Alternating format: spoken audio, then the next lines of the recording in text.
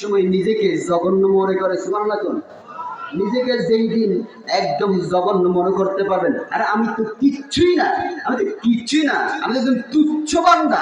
আল্লাহ তোমার কাছে তো আমি একজন তুচ্ছ বান্দা, আমাকে কি তোমার পছন্দ হবে?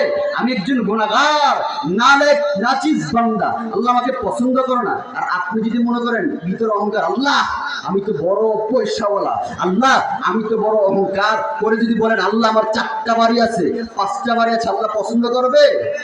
আল্লাহ তাদেরকে পছন্দ করে যার ভিতর অহংকার নেই, সব কিছু ছেড়ে দিয়ে নিজেকে তুচ্ছ করে আল্লাহর দরবারে আল্লাহর কদমের সাজদায় উঠে পড়ে, সুবহানাল্লাহ কোন।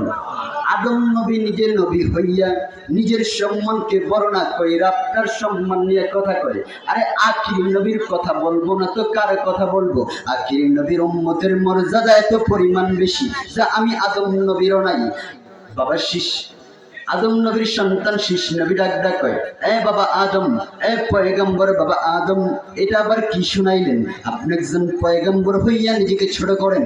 হ্যাঁ, কেন, কিভাবে সম্ভব, কি কারণে আপনি বললেন?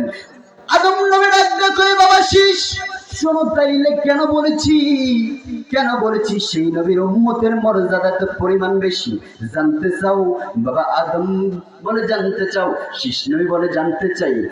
শীষ তাহলে শোনো, আমি যখন জান্নাতে ছিলাম একটা ভুল একটা অপরাধ করার কারণেই আমার সেই জান্নাতকে থেকে আমাকে বের করে দিয়েছে।